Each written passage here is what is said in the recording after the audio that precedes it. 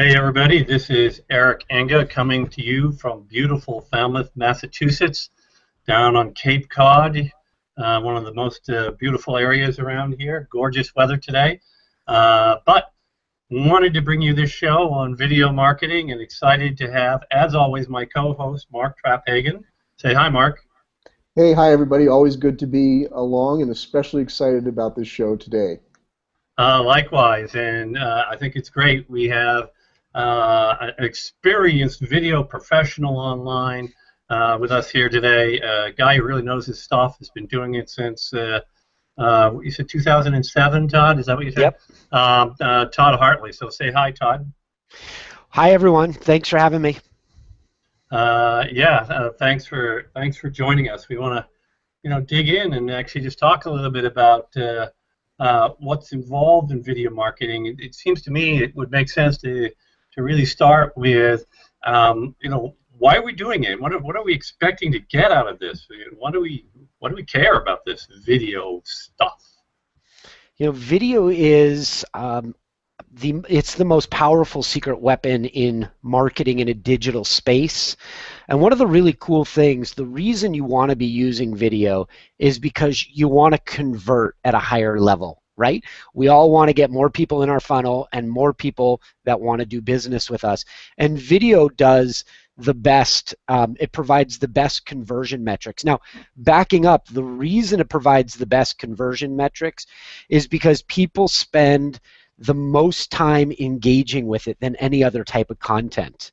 And as we go through this conversation, I'm happy to share with you results. Well, let me just give you a couple quick ones. Video gets the best search results. So when you're thinking about where the industry used to be, it was about search engine optimization, and now it's really about content optimization. And video gets, if you add video to an article page, it's 53 times more likely to show up on the first page of Google search than any other type of content. It boosts organic site traffic. Marketing Sherpa told us by 250% more monthly unique visitors when you're regularly using video. It boosts your conversions for sales by 75% when people watch a product video. They're 75% more likely to buy after. And then it doubles your email marketing click-through rates. Socially, 3 times more shares, more likes, more plus ones when you're leveraging video. And so I think that's the real reason. You use video because it gets the best results. And internally, we say if skywriting got the best marketing results, we would have full-time pilots on staff here, and we'd be the best skywriters. But skywriting doesn't, and video marketing does, and that's why we specialize in it. Interesting. So, Mark, that seemed all very unconvincing to me. Did he convince you with these weak numbers that he just shared?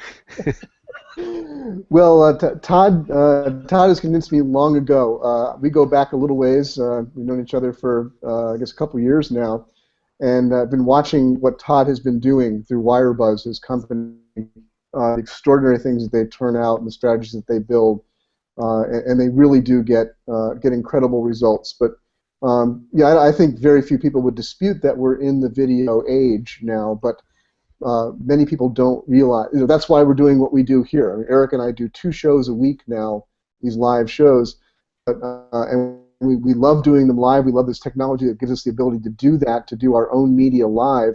But the big bang for the buck here is what comes out of this, the YouTube videos that get created out of this, and then the ways that we can slice and dice those videos and turn them into other things, including podcasts, which my friend Janet Kennedy. Hi, Janet. Good to see you.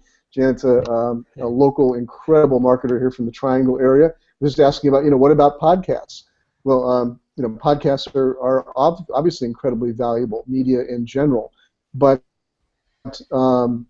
we're currently repurposing our Digital Marketing Excellence show, which is a video show, goes out every Thursday. Eric interviews some of the top people in our industry, into a podcast. So that the audio gets reused, gets extended out. So yeah, it's a great medium. Hey Mark, to add on to this, that's a great question about podcasts. Podcasts are super valuable, and if there is, like the food chain, right? There's the food chain in the jungle. video's on the top of that food chain because you can repurpose it into podcasts, like Mark just said. You can repurpose it into text or into images and using something from the video. So I always recommend get started with a platform like Hangouts, because that's going to be your video, and then repurpose it into multiple other ways. By the way, guys, I listened to your podcast, and I figured that's how you were doing it. You're stripping the audio from the video. Is that correct? That's correct. Cool. Very nice use. Yep. That's right. And it's it's just an easy thing to do, because we have these shows. We have between the two shows, I guess almost 60-some recordings now, right, Eric? We're past that. This is actually show number 25 for the Digital Marketing Answers show, by the way. And you have well over 30. And how many do you have for DME? I think I'll look it up for you, but I think it's more than 35. Didn't it start more than? Right. I'll tell you.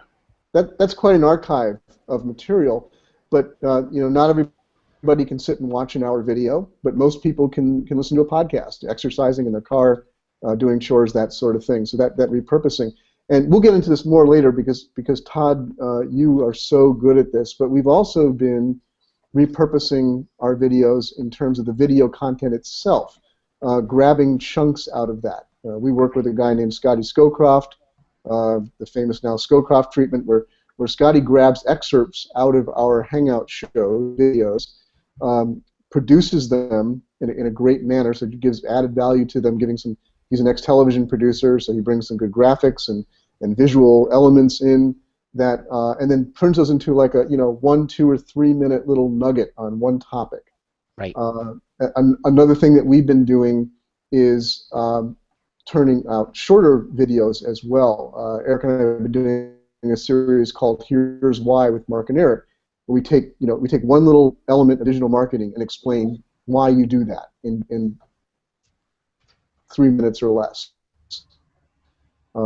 Idea. So all different sizes. Intro, Todd. You can tell a little bit about, because you first introduced me to that concept of how you repurpose long form videos. Some of the strategies that you use. So I've been involved in digital marketing since 1999, but in 2007 I was hired to create the first video medical encyclopedia on the internet. And it had 8,000 HD video clips, and for 4 years I was pretty much on an airplane creating content. But I started to notice that in the metrics, people were only looking at about 3 minutes of video at a time, and it was a waste to do a 30-minute or an hour interview. So I chopped everything up into individual questions.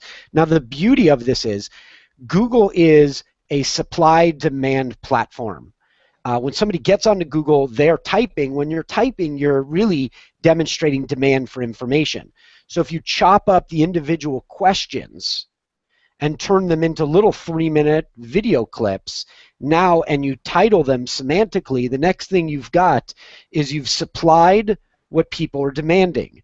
And before you know that, your content really goes viral. And that's how, my philosophy is helpful is the new viral.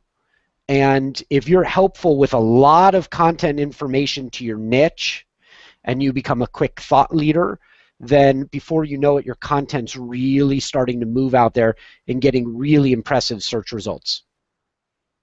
Yeah, no, I think all of this is great, and I'm actually going to take the opportunity now to make a small announcement, which is that tomorrow morning I'm launching my new column in Social Media Today, and that column is taking one of our digital marketing excellence shows every month. It's extracting two, I call them HOA nuggets, but we also call them on Google Plus the Scott treatment, and including timestamps and a full write-up and extracting the major things out of the video. So this is the column. Just every month we're going to take one of the interviews we do, and we're going to do it this way. The one that's going live tomorrow is actually with Peg Fitzpatrick and Rebecca Radice. Awesome show on how to get Pinterest and Google Plus working together. So that's another level of repurposing, right? Now we're taking it and we're actually taking several of these repurposed elements and we're weaving them into what we hope is a great article, and looking forward to that. So it should have another nice side effect too, right? Which is it can bring people from the social media today audience. Oh, let me check out this show, and maybe get more people watching the show live or looking for the replay later too. So that's going to be live tomorrow morning. Very smart. Yeah, I'm very very excited about that.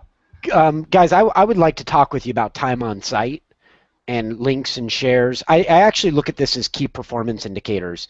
I think when Google's looking at content, they're looking at KPIs, and just like we all look at key performance indicators with our business, at Wirebuzz, I'm looking at how many new leads and what we invoiced for the month and what we've received. Those are my KPIs. With Google on content, they're looking for time on page. They're looking for shares and likes, and nobody does this better than Mark, and his content just goes viral so well. One of the key performance indicators that I'm interested in, that I think people should start paying more attention to, is time on site. If you have text on a page, people only read about 28% of that text, and that equates to about 20 seconds. And so if you have a competitor that has a video there, and videos are like speed bumps, because let's face it, we're all lazy. Very few people like to read. I think out of Mark, you recently wrote an article about SMX, the advanced, it's called like Up Close at SMX. Mm-hmm. And in there, Marcus Tober was talking from Search Metrics about how speed's important for site and links are important, but really the value, those two elements aren't very valuable without really compelling, valuable content.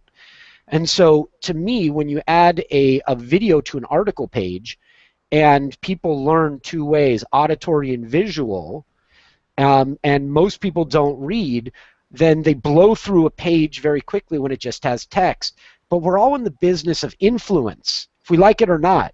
And if you can get somebody, if you can speed bump them, slow them down, walk them through your sales process in a very convincing way, and you get on average 2.7 or 3 minutes for that person, you're going to be converting and moving them through the relationship funnel a lot faster. And that time on site is also a very valuable key performance indicator that Google and YouTube look at to determine, whose content is macho.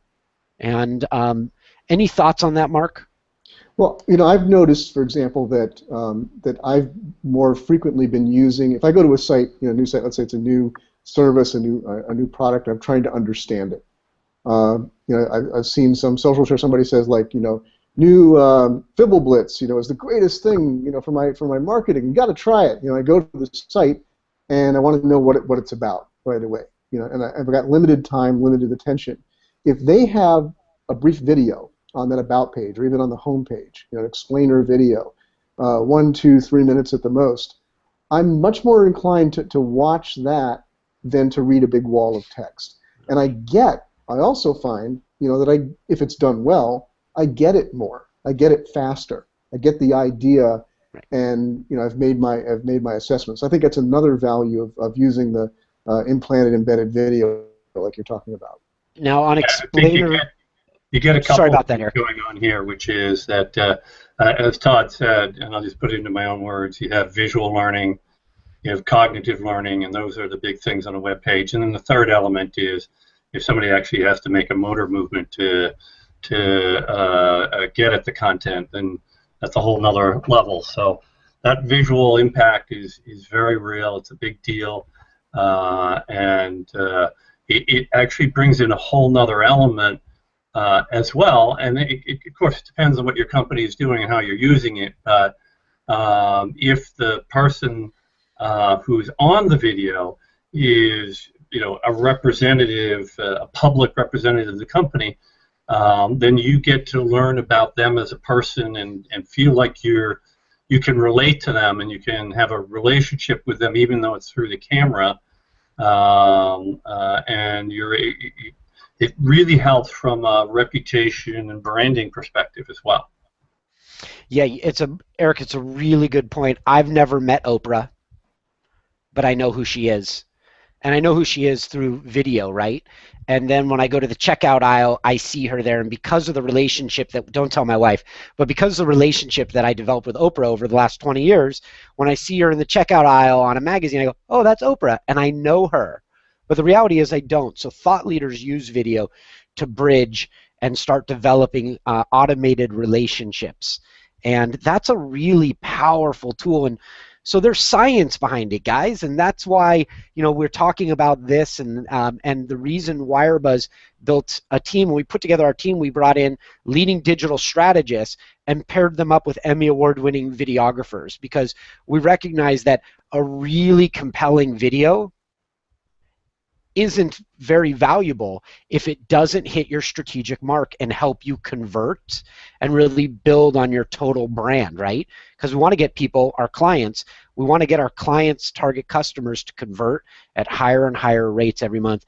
And there's a variety of different strategies, tools, and objectives for every client. So to give you an example, one of our clients has 180 mammography centers around the U.S.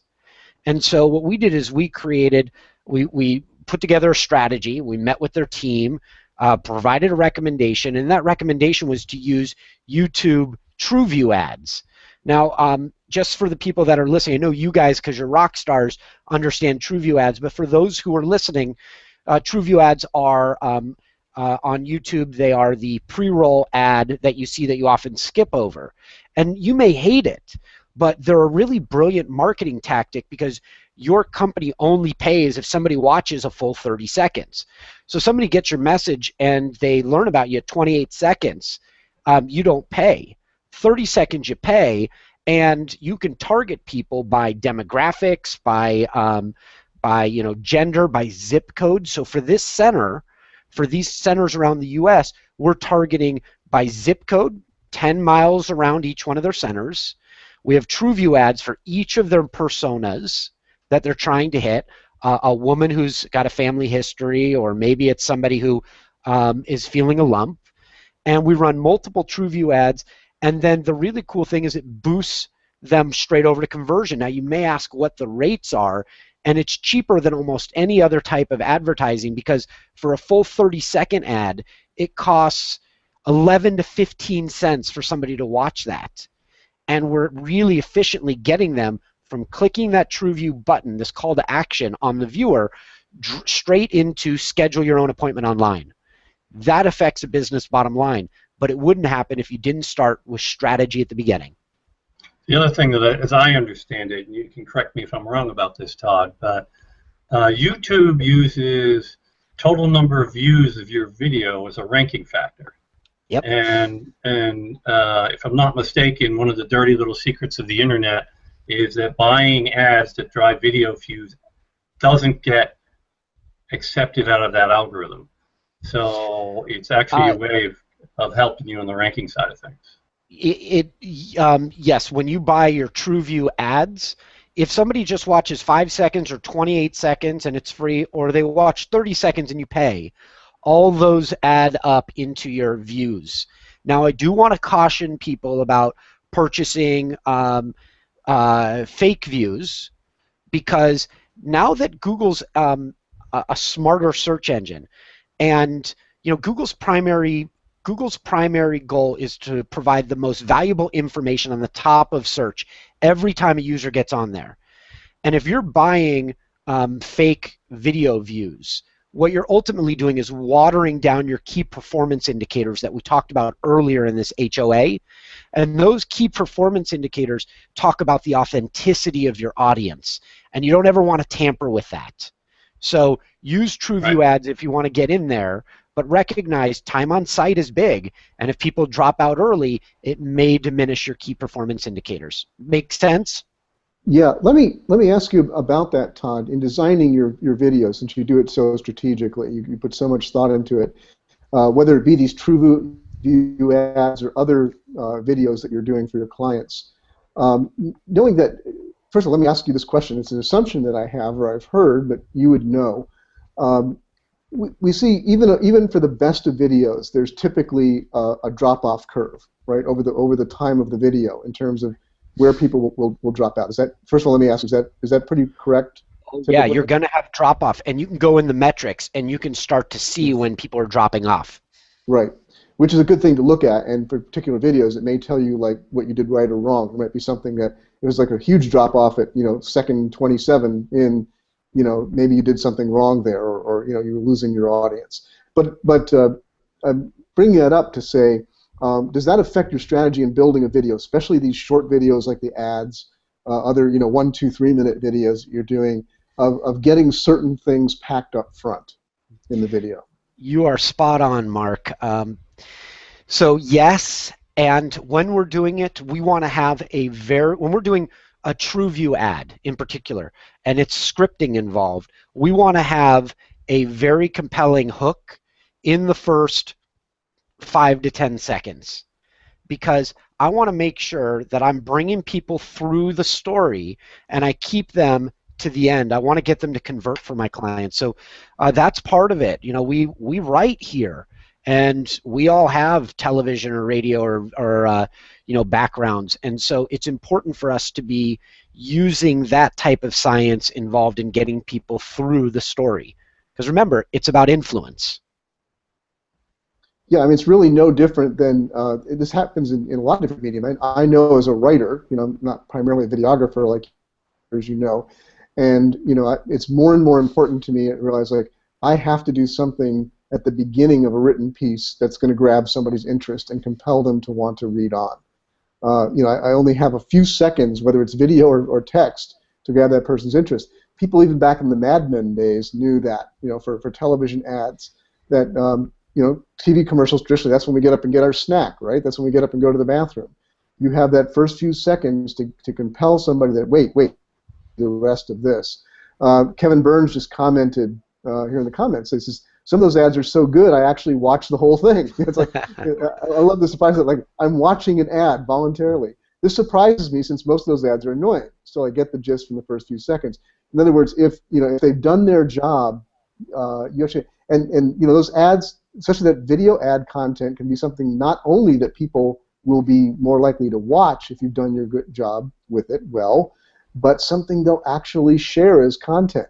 I get that all the time, right? In social sharing, social media, people share commercials that they like because they're entertaining or informative. Yes. It's so valuable, guys. There's 3 really big trends that are taking place inside of Google, and those trends are speed of your site, mobile, because Google I/O made it very clear last week that Google envisions mobile devices to be our primary engagement platform going forward, and then the third one after speed and mobility is video. And what we did with video for breast cancer awareness or cancer awareness in the last 12 months, we've generated in just 2 of our campaigns over 1 million social followers on Google Plus alone, just by using video, by telling a story, by understanding our audience, by engaging them. And we do that as an opportunity to turn our clients into a brand. And that's really, at the end of the day, what this is about creating awareness and creating a brand and then boosting conversion rates. And video does that at a really remarkable rate. I can't read on my phone now that I'm in my 40s. I can't read on my cell phone for too long. I got like 3 minutes, okay, before I look up and for the next hour everything's blurry. So the amount of content that people read is very limited mobily, and that's another reason why people are switching over, smart marketers are switching over to leverage the science of video to help them achieve their objectives. So you actually brought out an interesting thing there, Todd, that I want to expand upon a little bit. You talked about identifying your target audience. Right. And that there's a whole science to this thing. We refer to it here as persona mapping, and understanding the various personas of the people we're trying to reach, and then going through a process of tailoring our content to them. Are you doing something similar? I mean, you certainly mentioned that in this particular campaign. Yeah, we are, and I think what you're doing is is really the way to do it. We do something very similar. We also, when we're creating content, and when we're working with a client, what we want to do is we always want to create for our clients frequently asked question libraries, because those frequently asked questions, that's supply. Remember earlier in this conversation, we were talking about that Google is a demand-based tool. And with demand, it's got its sister supply. So you always want to make sure that you're supplying what your target persona is demanding. And so with that, we work with clients. Stage one is we make them work and write each one of the questions. What are the questions that people are asking you on a daily basis? Those will help you target your persona, because that's what people are going to go into Google and search for. And if you already have that supply of content, then you're going to be finding those people automatically, because somebody outside of that persona will not be looking for that information. And when you go and look at our metrics, because we've been talking breast cancer, when you go and look at our breast cancer metrics, and we've got over 1,000, we've got the largest breast cancer video library on the internet, and we built that in just 2 years. If you go and look at the audience, it's women 35, 64 years of age. That's that breast cancer window. And there would be no reason for somebody who doesn't have an interest in breast cancer or hasn't been diagnosed with it, or a loved one that has it, to not be looking for that content. So often when you follow a supply and demand philosophy, your target's going to find you automatically. That philosophy, or that strategy that you shared with me well over a year ago, when I heard that stuck with me so clearly, and it's the inspiration in part behind those Here's Why videos that Eric and I are doing now. It's why I wanted to call it that. And each one is titled with a question. Why do video marketing? Why should you syndicate your content? Why pay attention to your title tags? It's the kind of questions that in our market, digital marketing and SEO, that we know people are asking. And now, over time, we're going to have this humongous library of these 1 to 3 minute videos that each answers one of those questions. That's, I think it's just a brilliant strategy, and it's one that we're certainly pursuing as well. I wanted to come back for just a moment to highlight something that you said in one of your previous comments that I think is brilliant and overlooked, and it's going to actually be, not you, unfortunately, but the strategy is going to be the centerpiece of my MozCon talk in a couple of weeks, and that is a strategy of bringing audience into Google+. I want to highlight that you said you use those breast cancer awareness video campaigns to bring over 1 million followers to these charities into their Google+ accounts. That's building huge brand authority with them. And Google, as you and I, and Eric well understand the value of that. People complain about Google+, and the main complaint is like, my customers aren't here, my prospects are here, I don't know how to find or connect with people here. The strategy that I'm going to be talking about is just that, is doing things to bring on, don't wait for the audience to come, you bring them in, and then for your space, you own that sector on Google+, right, and you build that authority that around you before anybody else can. Can I tell you a quick story about this? It's exactly what Mark mentioned, and it's kind of cute. So when we were at one point, Google asked us to host their World Cancer Day broadcast, which we did, and we were honored to do it.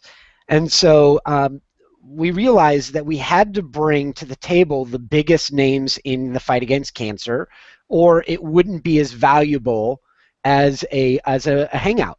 So what we did is we signed up Komen for the first time on Google+, the American Cancer Society, the World Health Organization, the CDC, the UN, you name it. We really signed them all up, Stand Up to Cancer, and then trained them and brought them in for this live Google event.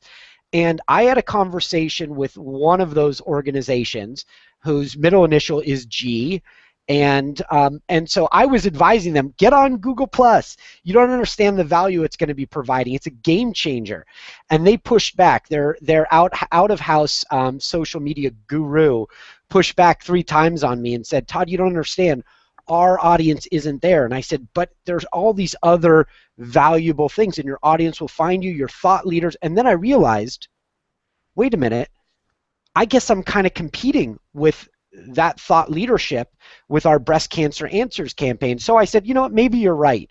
And since then, we have hockey sticked like you wouldn't believe. Since they said no to using Google Plus full time, we have taken their thought leadership on Google Plus and used the power of video to really put our thought leaders in the center of that daily conversation here. And that's why we're just about to peak over 700,000 followers on that campaign alone. Well, I mean, the interesting thing here too is, people saying, our audience isn't on Google Plus. Well, okay, your audience is on Google Plus. They just haven't currently coalesced around your topic matter on anything. Right. And that's a very different statement. And if you get out there and you provide a reason for them to coalesce around you, and you do an effective job of reaching them through your other various channels, then yeah, you can bring it here. And then after that, you have the benefits of personalized search results for everything you do. So now, forevermore, in your campaign you just mentioned, Todd, 700,000 people who's going to constantly see your organization's results popped up way up in search results. I mean, right. I routinely show something in presentations where I'll show a slide where it's I'm showing a result in the number 2 organic position, and then I show the next slide, and I'm in incognito mode. Boom! It's down to the 12th position. That's 10 positions in search. And that's like a big, especially, it's a big deal no matter what, but it's 10 positions up to the number 2 spot, right? I mean, that's from out of the money and right into the mainstream of the money in my parlance. So. Yeah, and you guys are everywhere. Like, I can't do a Google search without running into the two of you. So, so if anybody knows how to do it and dominate it, it's definitely Stone Temple. And I admire the work that you guys are doing because you're way out on the cutting edge, and it's inspiring. I mean, just if you haven't gone back, and this is directed to the audience, and read up close at SMX Advance, Mark's blog that he did there, it is, for me, a really solid foundation of where Google search is, where it is now, and how to get yourself there. And I'm inspired by it, guys. Well, thanks for that recommendation. I appreciate it. By the way, my life just came full circle here as Scott Scowcroft has come into the show and says that no one explains Google Plus and the value of repurposing of HOAs better than Todd Hartley. For the record, Todd was the original inspiration behind the Scott treatment. So here now we're using the Scott treatment on our Nugget videos. I had no idea that like me, he got that inspiration, got that idea from what you were doing over a year ago with Wirebuzz. That's pretty amazing. Well, he's kind. I spent time with Scott, shared with him what we were doing, and really, this isn't secrets. What Scott has done is he's taken something that works and he's done a really brilliant job at applying it. And so anytime you find people, here's the great thing, and we use this all the time at Wirebuzz. You don't have to be the smartest person to be the most successful, but you do have to be the most resourceful. Smartest person is a birthright. The most resourceful is finding out what Mark Traphagen's doing, and what Eric's doing, and what did Danny Sullivan say, and then apply these pieces and do it consistently. And Scott does that better than anybody else. So start applying it, start using it, and before you know it, these little secrets will have you really advance your brand dramatically. Now, one thing we should talk about when talking about video that we haven't talked about is quality. I love Google Plus, and I think there's a time and place for a Hangout on air. In fact, we're going to be announcing in just a couple of days that Wirebuzz will be doing a series of live Hangouts on air with Major League Baseball at stadiums around cancer awareness this summer, and I'm super excited about that. There's a time and place for streaming live video, and there's a time and place for very high quality, cinematic quality video. And part of a strategy when you're meeting with a client is figuring out which one works best for them. Some brands will not be supported by talking head videos, and it just doesn't work. And that's why we've got Emmy Award winning producers here, because for probably about 60% of the time, our clients really need to produce something that is visually stunning. So I think recognize which platform you can use, develop a strategy, and make sure if you can get away with talking heads to get your information out, leverage it. Leverage it like, like you two guys are doing, or Scott Scrowcroft is doing, or create really high quality video if you need it. But the real trick is it all comes back to digital science and video science. And so think through it at the very beginning before you get down the road, and your strategy will play out beautifully. So Todd, I have to thank you for doing that, because I'm now willing to predict that we might get a Scott treatment video out of that little segment right there. If we're lucky. I'd almost bet on it. Which would be awesome. Hey, I'm going to fire up one of the questions from the audience, because we do have questions coming in, and it is actually the Digital Marketing Answer Show, because it's supposed to have questions followed by answers. So first of all, I'm just going to answer a quick one for Denver Prophet Jr. here. So Denver, what I was getting at is when you're incognito, the search results that we were seeing were dropped to position 12. And when you were logged in, it went up to position 2.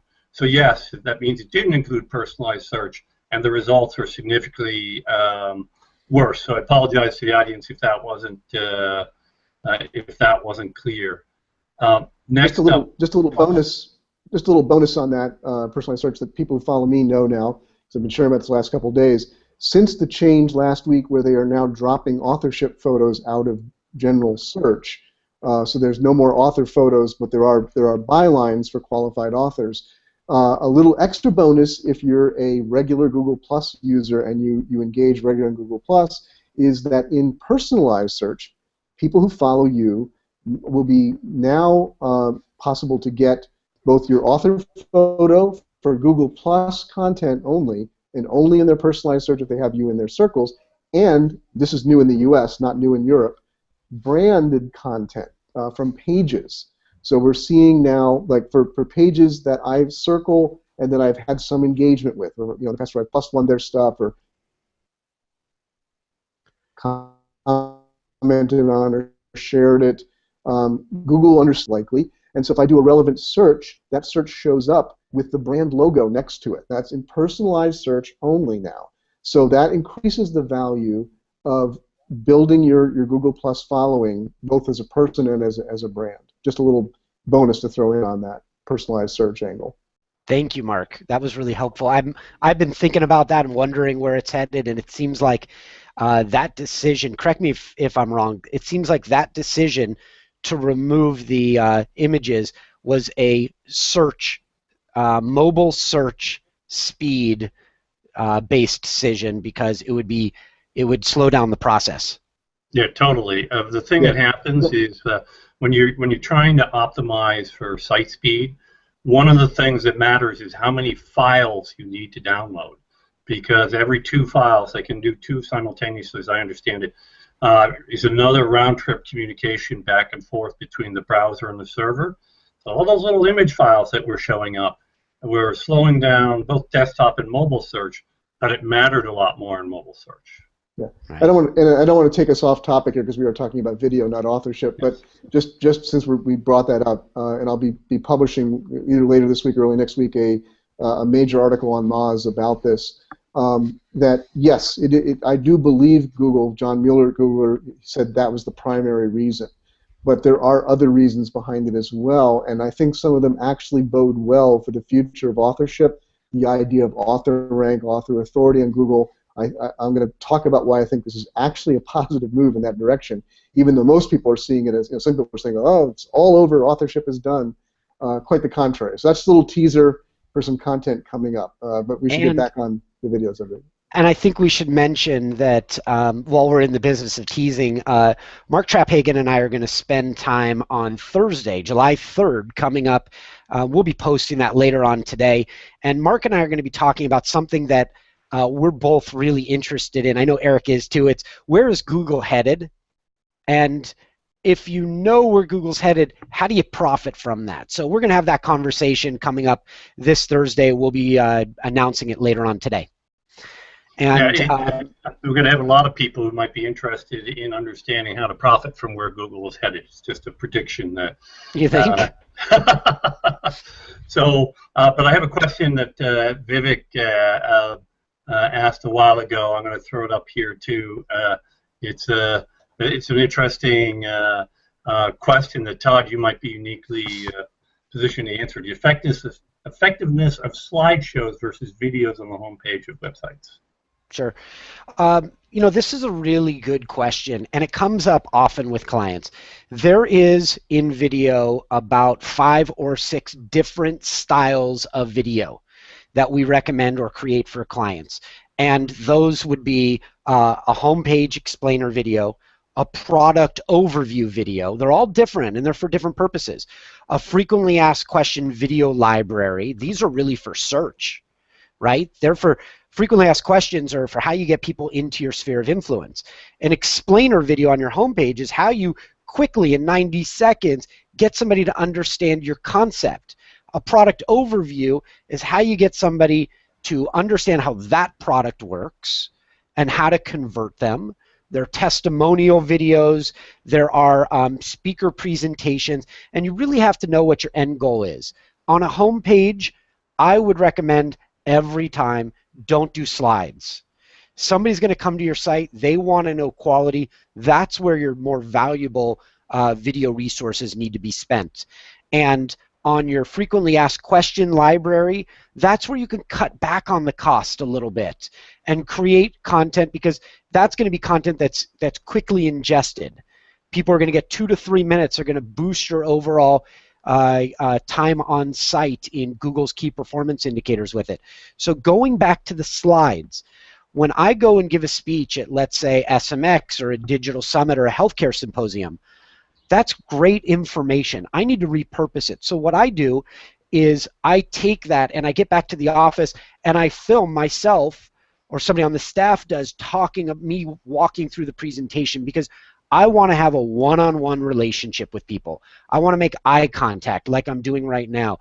And I want to show them the slides, but I know that the audience is only going to watch 3 minutes.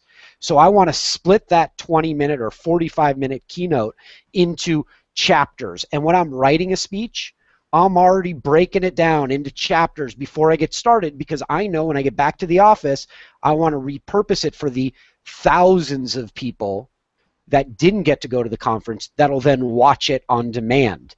So the audience that you see in person will be significantly smaller if you have the right strategy than the people that you end up influencing after. A quick example, if you guys don't mind. We were hired to go out to the largest breast cancer conference of the year, the San Antonio Breast Cancer Symposium. And guys, that's like the Super Bowl of breast cancer conferences. And we did, with Google's support, live newsmaker interviews. Every 10 minutes, a new newsmaker came. A rock star scientist came from the podium and sat down in our green room. And we streamed that 9 hours over 3 days. But we only got about 4,500 views of people that watched it live. But in that room, we also had editors that were cutting every question and then uploading them and then hitting the keywords, somebody else that was optimizing it.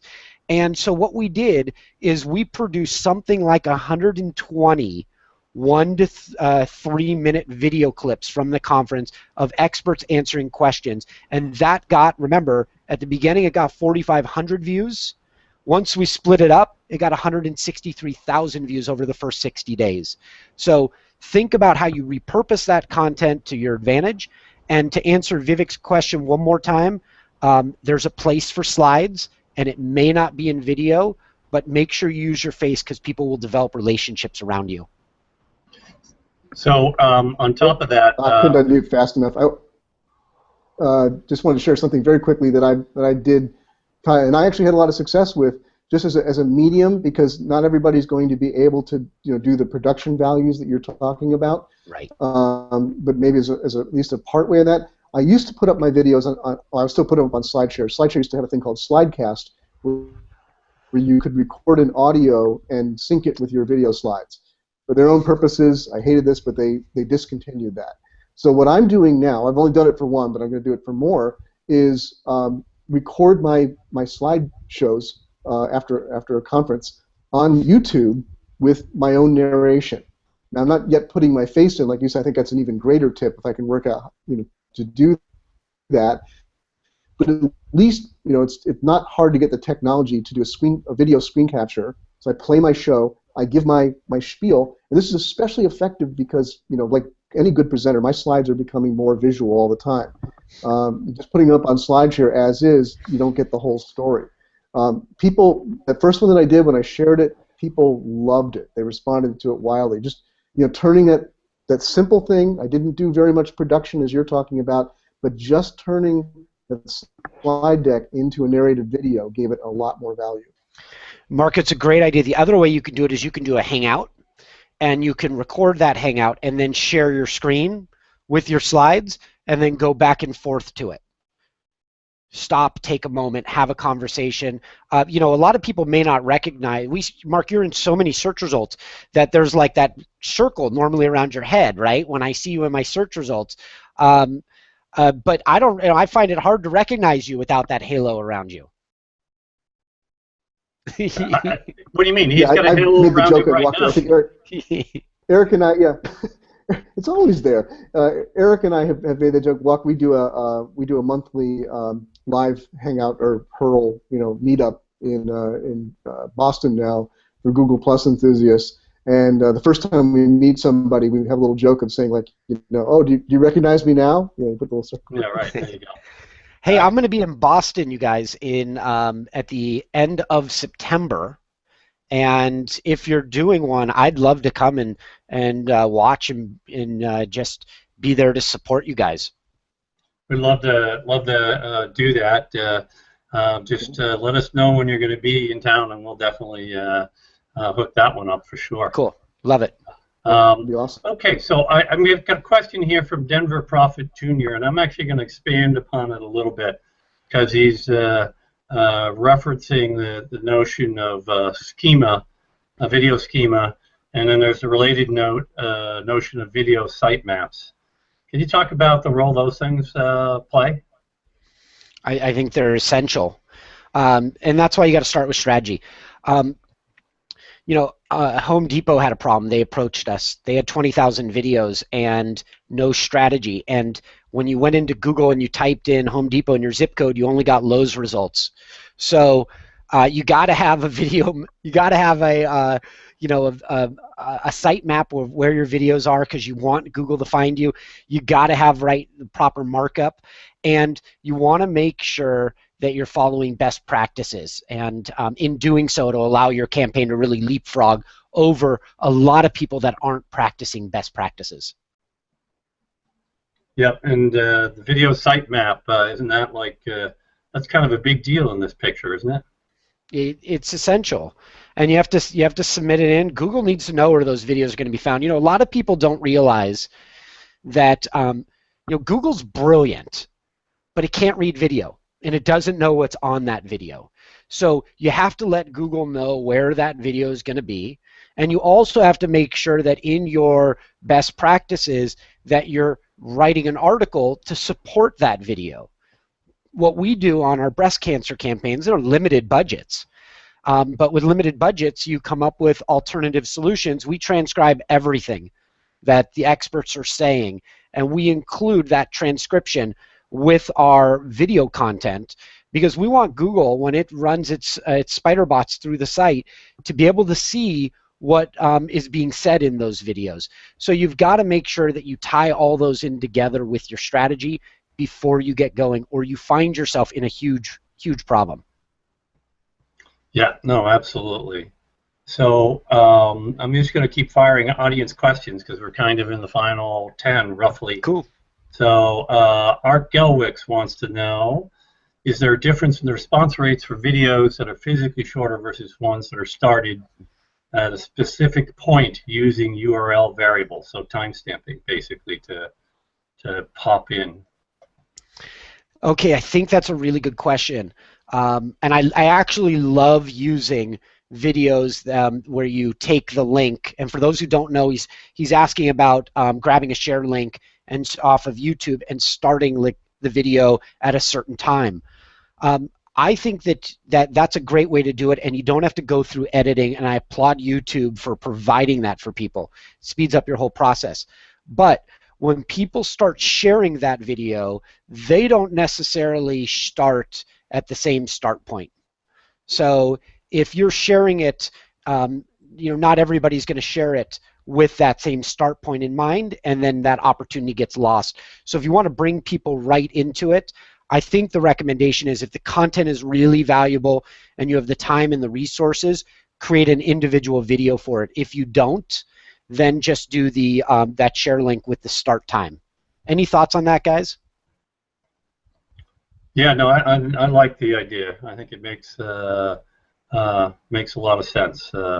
We're trying to we're not as well invested or well staffed for just pure video as you are, but we're trying to do the things we can to take advantage of some of these techniques, and so we're experimenting with all of them at this point. And not getting to do them for everything as nearly as much as we would like. Right, I totally get it.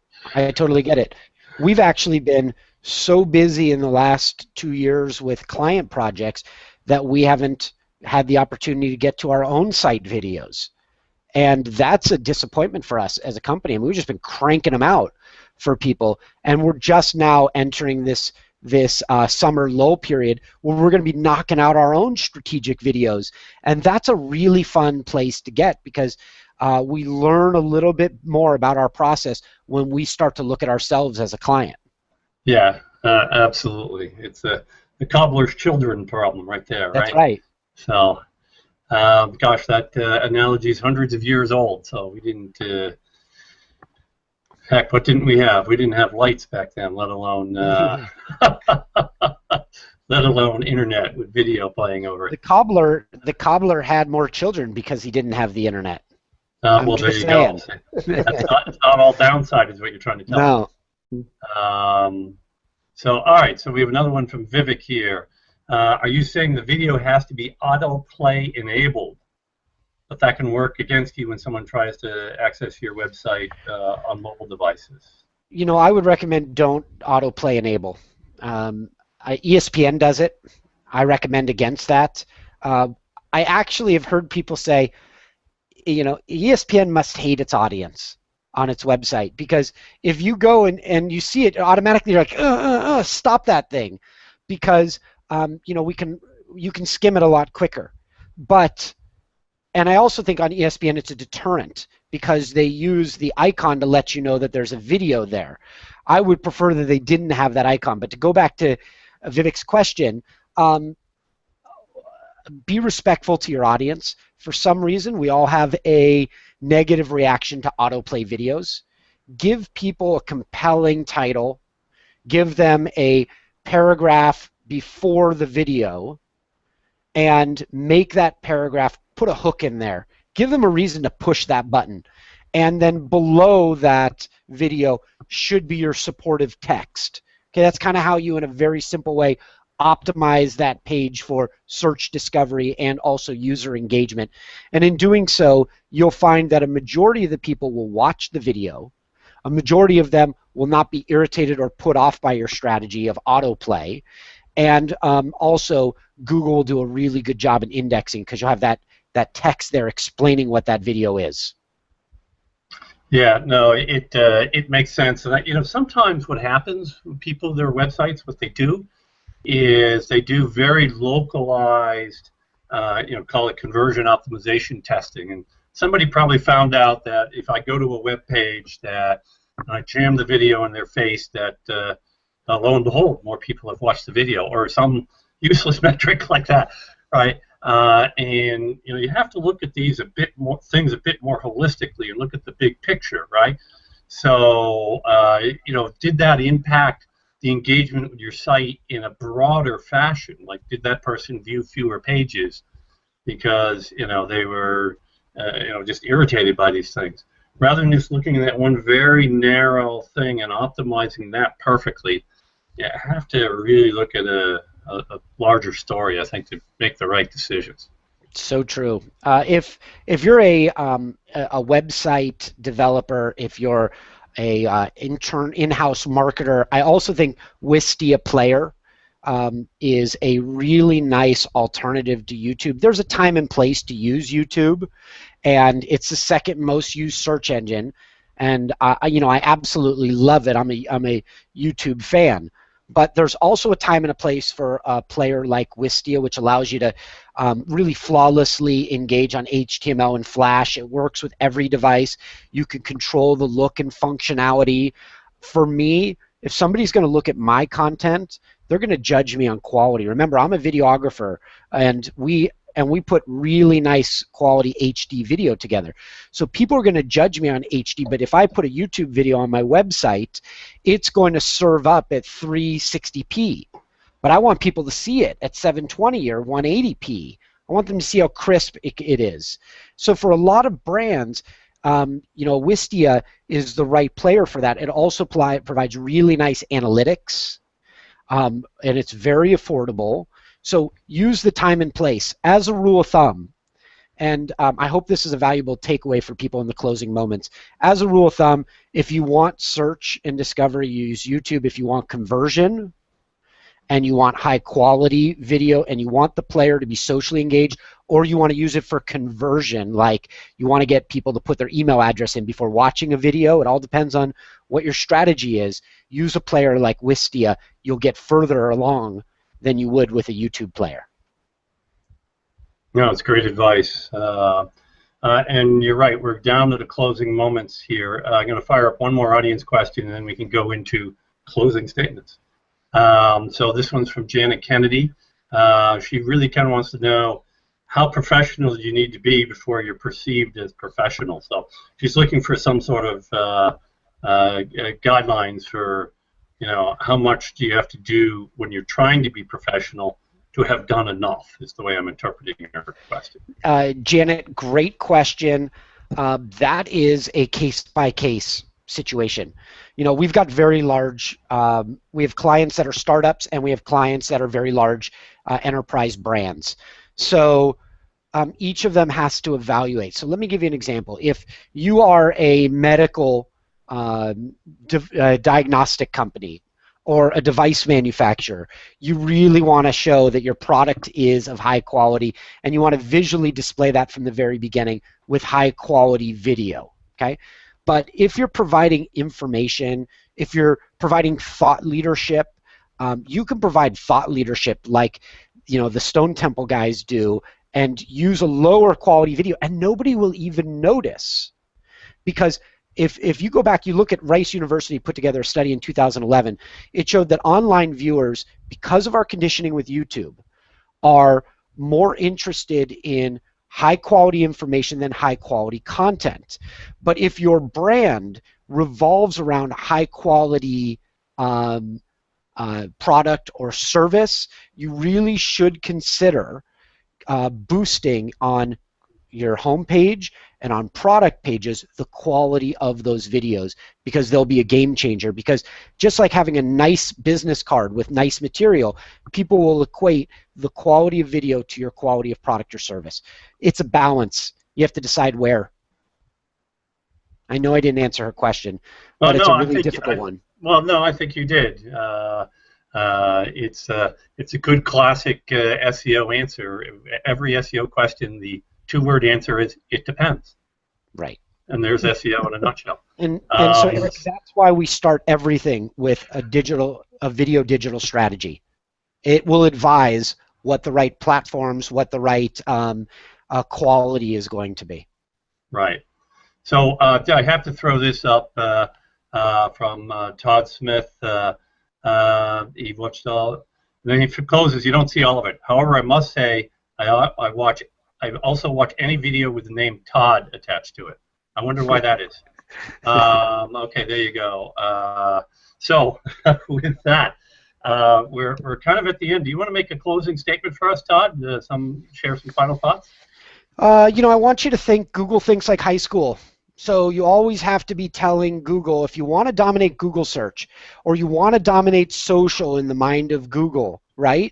You have to think like high school. So with every search, Google's judging you, and they want you to think about, they want to see how many people are giving you +1s, which is an indicator of rallying behind you. And links, Google wants to know if if the cool kids are doing things with you, right? And they also want to see time on page or time on site, because Google wants to know if people find your information valuable, want to share more time with you. And video dominates all of those key performance indicators. So when you think like high school and you think like Google, you start optimizing your content to advance your results. And once you start doing that, it's a game changer in your marketing. I think that's all I got to say about that. There you go. Hey, Mark, your thoughts? Hey, Todd, just wanted to ask, I hate to put you on the spot here live, but would you have the ability to come back at some point later today and maybe answer some of the, this is one of those shows and just people were so interested. We've got many more questions than we could get to on air.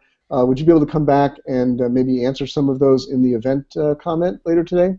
Yeah, you know, I haven't looked at my schedule today. I know it is crazy, but you're a dear friend, and I will do anything for you. So once I get off this hangout, I will commit to doing it for you. I'll just send you a time in a few moments. Does that sound reasonable? Perfect. It's absolutely. Okay. We value your time, and I know the people here do too. So let me just put this out there quickly for the folks that are watching live out there. If you posted a question earlier and it didn't get answered, maybe that'd be helpful if you could repost that question so it's at the top of the comments, and Todd can see that and get to it easily without having to scroll through all the dozens of comments. Awesome. Awesome. So I'll just offer my own closing remarks. Hey, look, you know, this can be as much or as little as you make out of it, but every journey begins with a single step, right? Until you engage and experiment and treat the first things you do as experiments and learn your way around the medium, learn what's going to work for you. You know, Todd said it very early on, understand your target audience. I think the frequently answered questions is a brilliant way to quickly find out what kind of information people are looking for. Just record some answers to those questions. And once you've got a little bit of traction and get a little bit of feeling for what you're doing, then step back, I think, and you know, really figure out where you're going to go with it. But there's other ways you can approach all of this, but for a lot of our viewers, you know, smaller organizations, that might be a good way to go. But I agree, video is a powerful medium. You can see Stone Temple investing in it. Obviously, we believe. So, any case, thanks everybody for watching the Digital Marketing Answers show for today. We don't have a DME show this week because of 4th of July, but we are looking forward to catching you all next week. Bye, everybody. Bye now. Thanks, Todd.